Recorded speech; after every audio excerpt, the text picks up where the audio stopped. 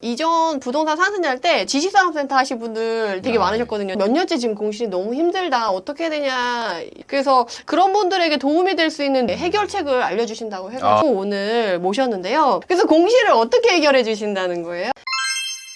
안녕하세요. 힐링 재테크의 메디타라입니다. 오랜만에 게스트분 모시고 얘기를 나눌 텐데요. 저희가 이전 부동산 상승할 때 지식산업센터 하신 분들 되게 많으셨거든요. 솔직히 저는 지식산업센터 하지 말라고 그랬거든요. 처음부터. 거기는 고수들의 영역이고 이게 부동산 규제 때문에 어쩔 수 없이 거기 가서 잠깐 몸담는 거면 오히려 리스크가 크다라서 하지 말라고 했는데 그래도 부득불을 하시는 분들이 꽤 있거든요. 그리고 하물며 제 지인도 했어요.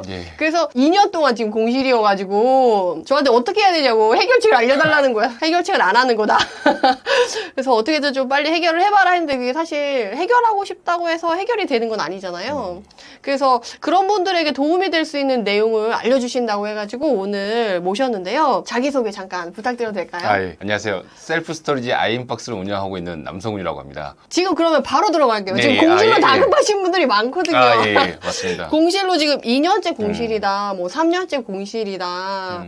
이전에 제가 나주 쪽에다가 투자하신 분을 봤거든요. 나주 혁신도시에 상가를 분양받으셨는데 거기서 몇 년째 지금 공실이 너무 힘들다. 어떻게 해야 되냐 이제 여쭤보시는 분이 계셨는데 사실 딱히 렌트프리로 가도 사람들이 이제 상가는 안 들어오거든요. 장사가 안 되면 상권이 형성되어 있지 않으면. 그래서 그런 분들에게 해결책을 알려주신다고 해가지고 지금 모셨으니까 바로 해결책을 좀 알려주시면 감사할 것 같아요. 나주 혁신도시를 갔다 왔거든요. 아, 그래서 표정이 또 공감하는 표정이 또 저도 처음 갔는데 되게 많이 놀랐어요. 신도시 같은 경우는 투자를 할 때 상권이 엄청나게 중요한데 정말 최악의 경우는 평생 공실이 될 수도 있고 아니 기본 뭐 5년, 10년 공실이 될 수 있기 때문에 근데 실제로 그러면 그 공실을 해결해주러 갔을 때 보통 공실 상태가 몇 년 정도 되신 분들이 많았어요?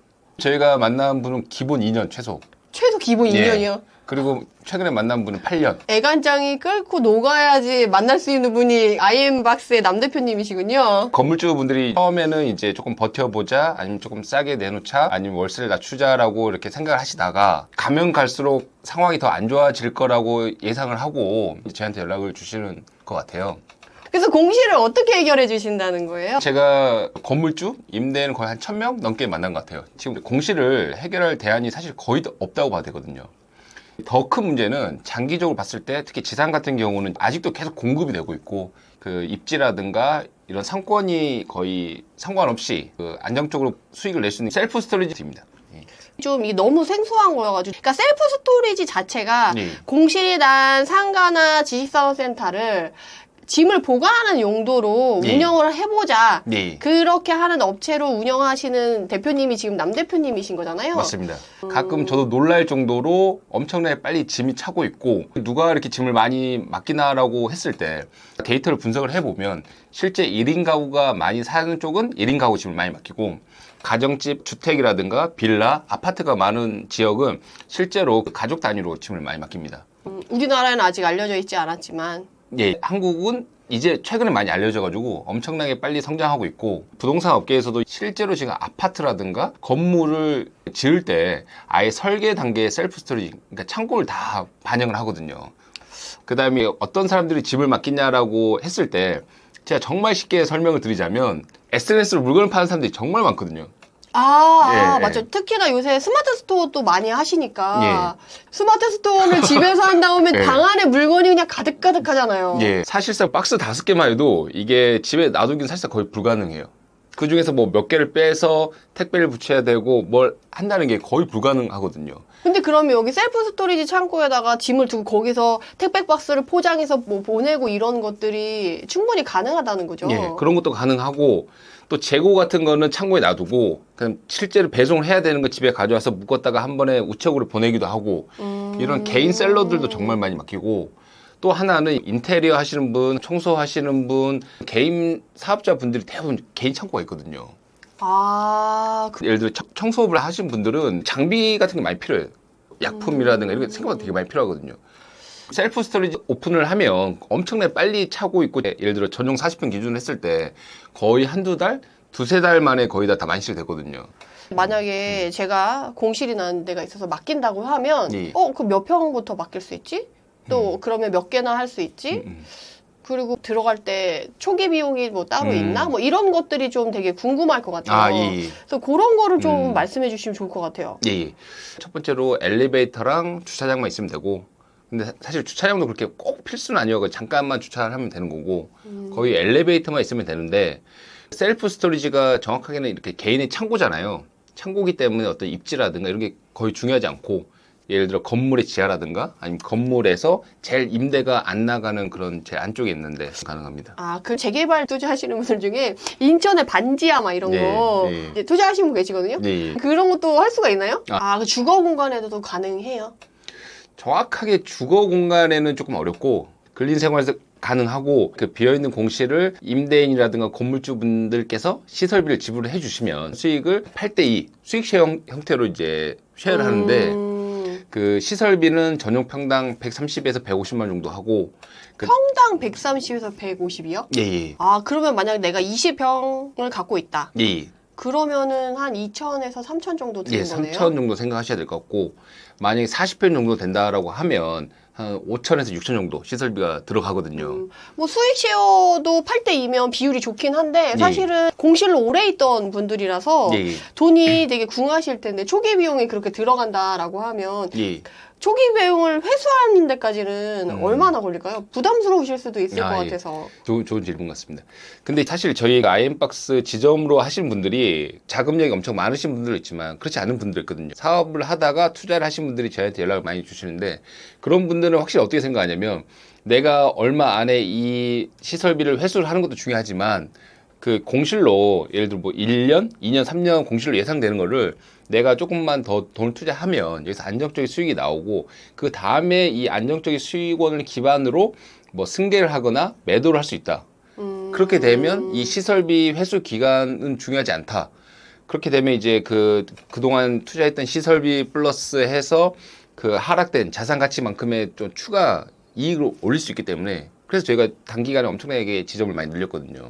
아, 그럴 수가 있겠네요. 이게 뭐 수익을 더 보겠다, 뭘 하겠다라는 걸로 접근을 해도 되지만 네, 맞습니다. 예. 매도가 절대 안 되는 물건인데 네, 맞아요. 예. 어쨌든 수익을 발생시켜서 매도가 가능하게끔 좀 예. 약간 매력도를 높여서 예. 팔 수 있는 물건의 상태로 만든다라는 개념으로도 상당히 괜찮을 것 같긴 하네요. 그럼 제가 구체적인 예를 하나 들어드릴게요. 네. 특정 지역에 지산이 있는데 지금 분양가가 생각보다 되게 높거든요. 근데 여기서 거의 분양가의 한 20% 디스카운트를 해도 이게 매매가 안 돼요. 근데 더 큰 문제는 이 공실이 언제 해결될지 지금 가능성이 없기 때문에 아시겠지만 지산 관리비가 좀 비싸거든요. 비싸죠. 예. 예를 들어 50만 원이라고 하면 정말 관리비만 1년에 600 나오고 거기에 대출 이자가 지금 거의 지금 지산 같은 경우는 한 2, 300 정도 나갈 거예요. 대부분 분들이 좀 많이 투자하시면 빼고. 정말. 하지만 어쨌든 제일 중요한 거는 계속 운영을 해가지고 수익을 내는 것도 있지만 만약에 부동산 경기가 좋아지거나 지금 공급이 조금 더 줄어든다라고 하면 그걸 기반으로 해서 더 큰 자산 가치 상승을 놓을 수 있기 때문에 조금 장기적인 관점을 보는 게 좋고 지금 말씀드린 것 같이 거의 대안이 없어요. 그냥 비워둘 거냐 아니면 셀프 스토리지라도 해서 지금 수익을 낼 거냐. 지금 공실을 해결할 수 있는 방안이 두 개밖에 없습니다. 그러면 예를 들어서 딱 집어서 계산을 해보자고요. 그러니까 20평인 거를 셀프 스토리지에 맡겼어요. 예. 그러면 초기 비용이 한 3천만 원 들어가요. 예. 그럼 8대2로 나눈단 말이에요. 예. 그러면 한 달에 내가 그거 초기 비용을 회수하고 어쨌든 수익을 내기까지 기간이 걸 텐데 그러면 수익을 내는 그 구간까지 보통 2-3달 정도가 걸린다는 거죠. 예. 그러면 보통 20평대에서 다 채우면 어느 정도 나오는 거예요? 제가 전용 평당 12만 원의 매출이 나옵니다. 전용 평당 예. 12만 원. 예. 그럼 이 전용 20평이면은 240. 240 정도가 나오는 예. 거네요. 거기에서 이제 8대2로 대표님이 2, 예. 맡긴 사람이 8을 예. 가져간 게 된다는 임대인 거죠. 8. 근데 사실 예. 공실을 해결할 수 있다 그러면 뭐든지 진짜 지푸라기라도 잡아보고 싶은 심정에서 해볼 것 같아요. 그래서 연락을 드릴 것 같거든요. 최악과 최고의 사례를 좀 들려주시면 예. 좋을 것 같아요. 제일 선호하는 평형대는 전용 40평부터 전용 80평을 제일 선호하거든요. 40에서 80평이요? 예. 근데 지산이나 상가 이렇게 자그맣게 하시는 분들은 사실 그렇게 큰 평형을 갖고 계신 분들은 많지 않을 것 같아요. 예. 그래서 이제 옆에 분들이랑 2개, 3개 묶어서 이렇게 많이 계약을 하세요. 아, 묶어서? 예, 하나만 하면 사실 이렇게 시설비가 좀 많이 들어가지고. 옆에 사람이랑 안 친한데? 아, 근데 실제로 네네. 연락을 해서 이렇게 계약하신 분들 꽤 있어요. 묶어서. 너도 공실이고 나도 공실이고 저쪽도 공실인데 예. 서로 힘드니까 우리 같이 이거라도 해보자. 예, 맞습니다. 그래서 실제적으로 예, 그렇게. 실제로 그렇게 많이 진행을 했고. 그러면은 뭐 40평, 80평이 되면은 시설비가 조금 줄어드나요? 예, 시설비도 줄어들고 수익성이 확 올라갑니다. 예를 들어 아까 말씀드린 것 같이 20평이면 240밖에 안 나오는데 40평이면 480이 나오잖아요. 네네. 그래서 수익 그 20평보다 40평의 시설비 환수하는 시간이 훨씬 더 단축이 됩니다. 240에 480이면 사실 그냥 곱하기 2만 된 건데도. 예, 시설비가 좀 차이가 나기 때문에 그렇게 되고 이제 저희가 최근에 오픈한 전용 40평 같은 경우는 거의 1년에서 1년 반 안에 지금 시설비 실제로 다 회수하고 있어요. 실제로. 1년에서 1년 반 예. 사이에 이미 시설비가 회수가 되고 그다음부터 이제 수익 구간에 들어간다는 거죠. 예. 수익 구간에 들어가는데 이 셀프 스토리 좋은 게 그 임대인들이 할 게 아무것도 없거든요. 그냥 관리자 페이 들어가서 많이 이용하고 있나, 돈 잘 입금 되나. 근데 지금 같은 경우는 임대인분들 좀 신경을 써야 되죠. 아무래도 부동산이나 자산이 약간 어디에 문제가 있을지 모르니까 장마 기간에 좀 신경 써야 되지만 이 장마 기간이 끝나면 거의 1년 동안 신경 쓸 게 아예 없고 완전 다 자동화 돼 있어가지고 최근에 그 지산을 이제 저희가 많이 오픈한 이유가 지산을 투자하신 분들 거의 대부분 투자용으로 투자를 한 거잖아요. 그렇죠. 본인 회사를 다니면서. 프리미엄 받고 예. 팔으려고 샀다가 프리미엄을 못 받았죠. 네. 완전 자동화 되어 있기 때문에 그 임대인 분께서 아예 관여할 게 없어가지고 계속 안정적인 수익이 나오고 있어서 되게 좋아하거든요. 약간 무인 스토어 같은 그런 느낌일 수가 있겠네요. 맞습니다. 셀프스토리 산업이 지금 엄청나게 빨리 성장하는 가장 큰 이유 중 하나가 또 무인화거든요. 무인 관련된 사업이 엄청나게 많이 뜨고 있는데 거의 유일하게 완전한 무인화는 셀프 스토리지밖에 없습니다. 무인 문방구, 아이스크림집, 뭐 과자 이런 것도 네. 가서 채워놔야 네, 되니까. 다 뭘 해야 되고 그다음에 저도 이제 가끔씩은 무슨 생각을 하냐면 이 셀프 스토리 보관소가 일반 거의 주거만큼 쾌적해요. 온습도도 관리되고 제습도 되고 보험이 거의 2중, 3중으로 들어가 있거든요. 그래서 시설비가 그 정도 들어가는 거군요. 네.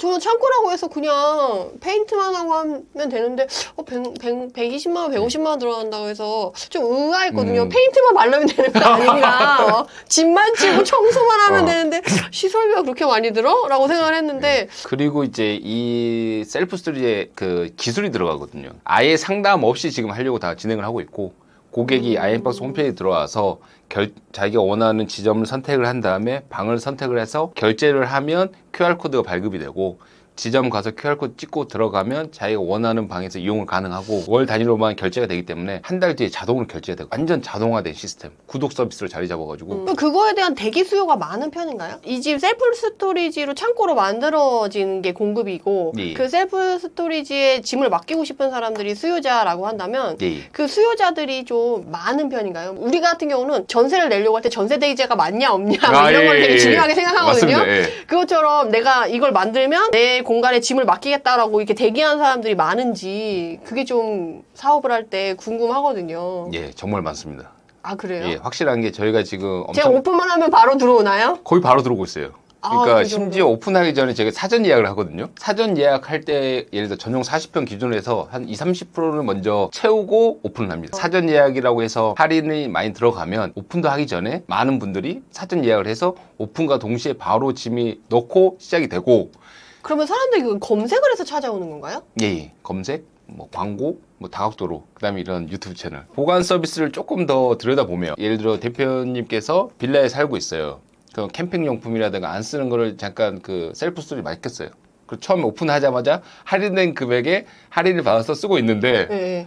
예를 들어 한 달에 6만 원이나 7만 원이라고 하면 계속 정기적으로 결제가 되고 있어.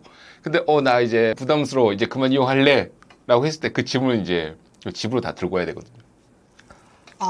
사실 이게 거의 쉽지 이게 않거든요. 버릴 거냐의 문제네요. 버릴 거냐 돈을 아낄 거냐의 문제가 되는 거네요. 예.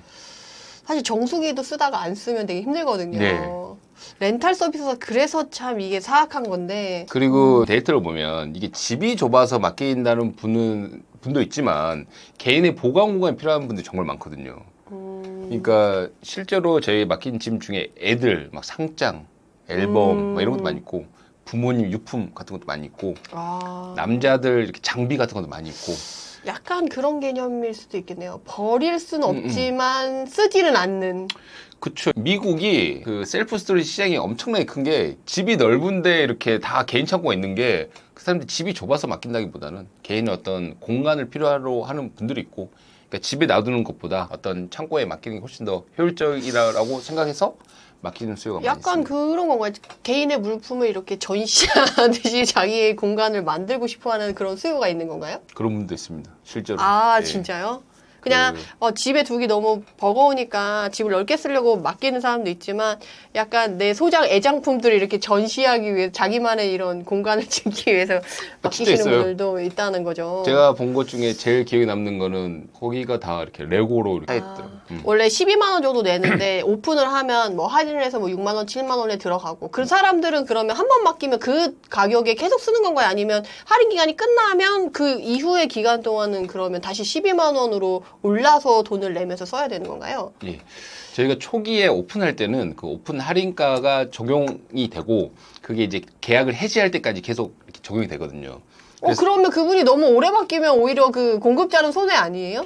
근데 그렇진 않습니다. 저희가 이제 처음에는 할인율을 조율을 하고 계속 이렇게 관리를 하거든요. 예를 들어 한 10%, 20%는 할인을 많이 하고 점점 할인율을 줄여가고 그렇게 해서 이제 또 어느 정도 안정적으로 운영이 된다라고 하면 저희가 전용 평당 매출을 높이기 위해서 노력을 많이 하고 그다음에 아까 말씀드린 것 같이 이게 한 번 짐을 맡기면 계속 연장을 하잖아요.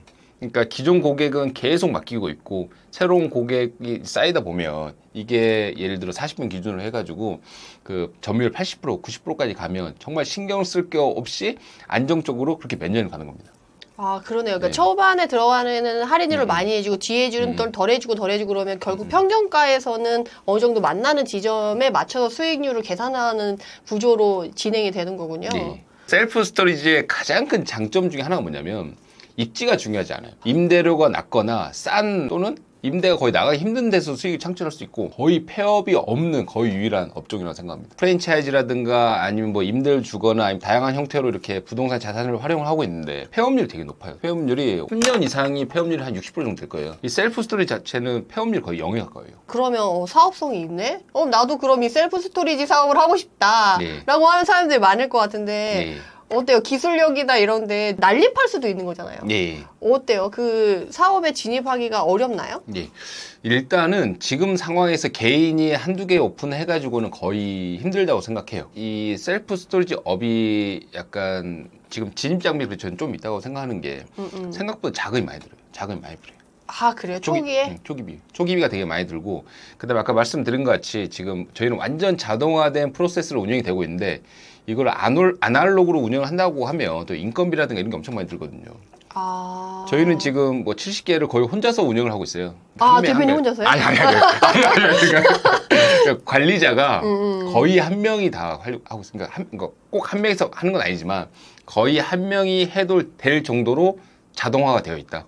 아, 그 자동화의 기술력과 그 시설을 하는 그런 게 있어서. 그런 것도 있고 그다음에 이제 이게 시장 선점 효과도 있고 그러니까 다양한 이유가 있기 때문에 지금 지점이 많은 업체는 한 2개 정도밖에 없거든요. 그러니까 저희랑 다른 업체밖에 없는데 그 가장 큰 이유가 이게 초기 비용이 좀 많이 드는 것도 있고 그다음에 이제 진입 장벽이 어느 정도 있다. 그렇기 때문에 지금 사실 한두 개 오픈을 해가지고 운영하신 분들이 저희한테 많이 연락이 와요. 다시 안 된다 넘길 테니까 가져가. 예, 진짜로. 예. 아. 그러니까 내가 이게 생각보다 쉬워 보여가지고 내가 운영을 했는데 이게 생각보다 되게 어렵다. 어떤 점을 제일 어려워요? 왜냐면 저 같아도 이거 사업 좋다고 그러고 전망 좋다고 그러고 어렵지 않다고 하면 맡겨서 어쨌든 쉐어하고 시설비 뭐 그렇게 드리느니 그냥 차라리 내가 이렇게 해가지고 하나 두 개 차라리 하는 게 낫지 않을까? 약간 이렇게 셀프를 좋아하시는 분들은 그럴 수도 있어요. 그렇게 하면 절대 안 되십니다. 왜 안 돼요? 결국은 이 업이 규모의 경제를 이뤄야 되거든요. 박리담회가 아니면 남지 않는다는 거죠? 그러니까 예를 들어 여기 이 위치에 셀프 스토리가 있다. 내가 혼자 운영을 하고 있다. 그럼 다른 지점이 분명히 또 생길 거거든요. 다른 업체들 생길 거거든요. 네네네. 근데 이게 안정적으로 운영이 되고 수익화를 할 수 있고 그다음에 운영을 하고 마케팅을 돌리고 하려면 이게 어느 정도 다 규모화가 돼야 되고 규모의 경제를 이루어야 되거든요.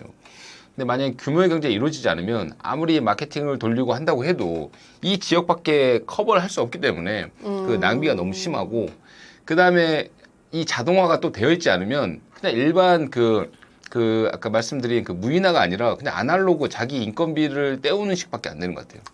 아, 그런 것 같아요. 이게 저희가 이쪽에서 배우면서 느낀 건 이게 자영업자로 머무를 거냐, 이게 네. 결국 사업화해서 시스템을 갖추느냐의 기로에서 이게 부가 갈리더라고요. 맞습니다. 시스템화 해가지고 대규모로 운영을 하고 안정화시키고 그다음에 기술화시키고 계속 이렇게 가야지 성장하지. 자기가 혼자서 해야겠다라고 접근을 하는 순간 예를 들어 옆에 그 비슷한 업체들이 생기거나 하면 경쟁력을 가져가기 힘들고 그다음에 혼자서 이걸 계속 하다 보면 계속 퀄리티가 떨어지거든요. 막 전화 왔는데 응대도 힘들고 그다음에 뭐 그다음에 이게 약간 가끔씩 아주 문제가 생기는데 응대도 해줘야 되고 하다 보면 이게 결국 혼자 운영하다가 실제로 제가 지금 그렇게 운영을 하고 있어요. 본인이 직접 하다가 아 이게 생각했던 것보다 너무 어렵다 해가지고 아이엠박스 좀 운영해주면 안 되겠냐 해가지고 저한테 맡기시고 인수를. 그렇게 운영한 지 좀 여러 개 있습니다. 아, 사실은 공실 있으신 분들은 사실 이것저것 고민을 많이 하고 투자를 또 안 해보신 분들이 아니기 때문에 손익을 엄청 따지실 거란 예. 말이에요. 내가 그냥 혼자 하는 게 나을까? 아니면 맡기는 게 좋을까? 뭐 이런, 물론 이제 직장을 다니면서 투자를 잘못해서 하시는 분들은 그냥 맡기는데, 이 전업 투자자분들은 사실은 뭐 그렇다 하면 내가 해보지 뭐 할 수도 있는데, 그런 점에서 좀 경쟁력을 갖추기가 좀 어렵고, 무인화 시스템을 갖추기가 좀 어렵다라고 네. 하면, 그런 부분에서도 또 고민을 하셔서 정리를 하시면 좋겠네요. 맞습니다. 근데 지금 이렇게 하려고 하는데 지금 사실 이 부동산도 힘들어진 게 정책에 따라서 네. 왔다 갔다 해서 결국엔 이게 흔들린 것들이 있거든요. 네. 저도 법인 투자를 되게 많이 했는데 갑자기 법인을 이렇게 확 옥죄면서 네. 많이 힘들어졌어요. 근데 이것도 약간 나라에서 좀 밀어주는 사업인지 아니면 옥죄일 수 있는 사업인지가 좀 궁금하거든요. 지금 셀프 스토리지 업이 엄청나게 빠르게 성장하는 게 결국 말씀하신 것 같이 부동산 시장과 정부의 정책, 복합적인 영향이 있는 것 같아요. 거의 2020년 이후에 한 번에 엄청나게 많은 공급 폭탄이 이루어지면서 공실이 엄청나게 늘어나고 해결할 수 있는 방법은 없고 그다음에 코로나 이후로 오프라인은 거의 다 죽어가지고 이 모든 게 복합적으로 어울림과 동시에 주거비가 또 급증을 해서 더 넓은 데로 이사 가기 힘들기 때문에 모든 게 복합적으로 맞물려서 지금 셀프 스토리지 업이 엄청나게 빠르게 성장하고 있고 그다음에 최근에 정부가 발표한 게 아예 이 건축법 시행령을 개정을 해서 셀프 스토리지가 조금 더 활성화될 수 있도록 노력하겠다라고 발표를 했어요 최근에. 그러니까 저도 조금 놀랐던 게 정부에서 이렇게 적극적으로 셀프 스토리지를 육성한다라고 발표한다는 걸 듣고 되게 놀랐거든요. 이렇게 어떤 정부가 어떤 특정한 산업을 위해서 시행령을 개정해서 이제 활성화한다라는 걸 저희 거의 들어본 적이 없는 것 같고. 뭐야, 나를 위해서 법을 만들었어? 약간 이런 느낌이시겠네요? 뭐야, 나를 위해 법까지 만들어줘? 아, 그러니까 약간 되게 놀랐거든요. 근데 가장 큰 이유가 뭐냐면 임대료가 정말 낮다고 해서 들어갔다가 폐업하는 악순환 반복되면 안 되니까. 또 하나는 지금 주거비가 엄청나게 가파르게 상승하고 있잖아요.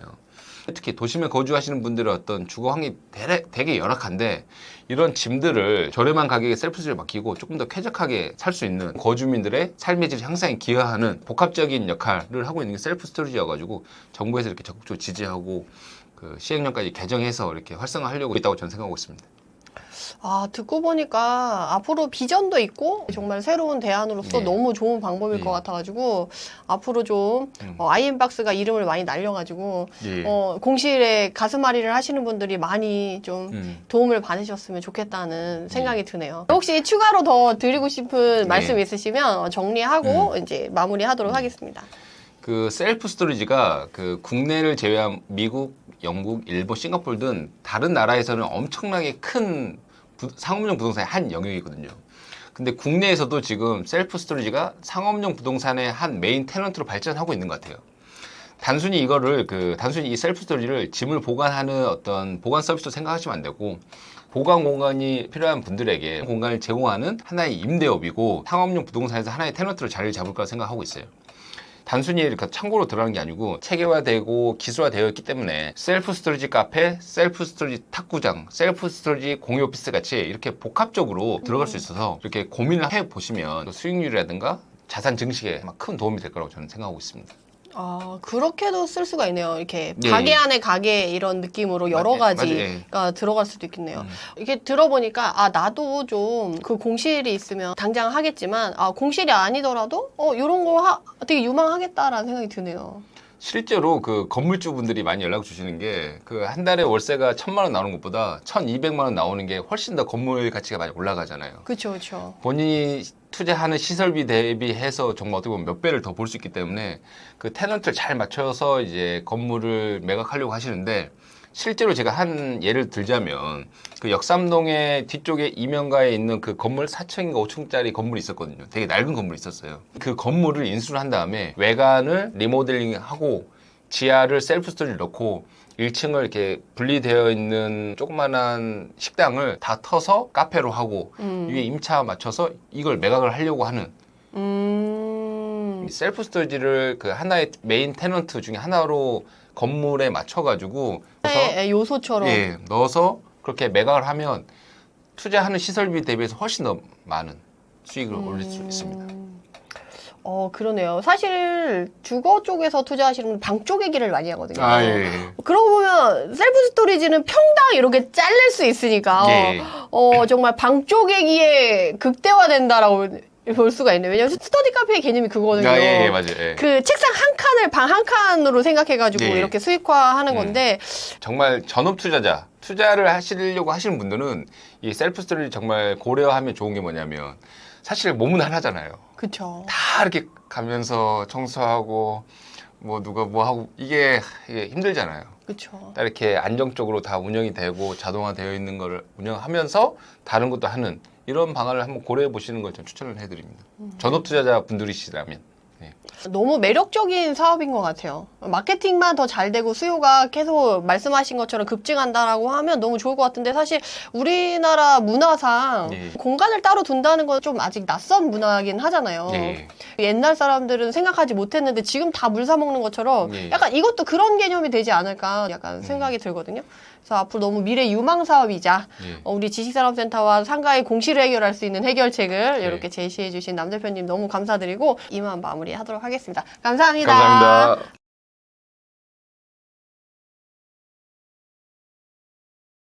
그럼 영상을 이만 마치도록 하고요. 해당 영상이 도움이 되셨다면 구독, 좋아요로 응원 부탁드립니다. 감사합니다.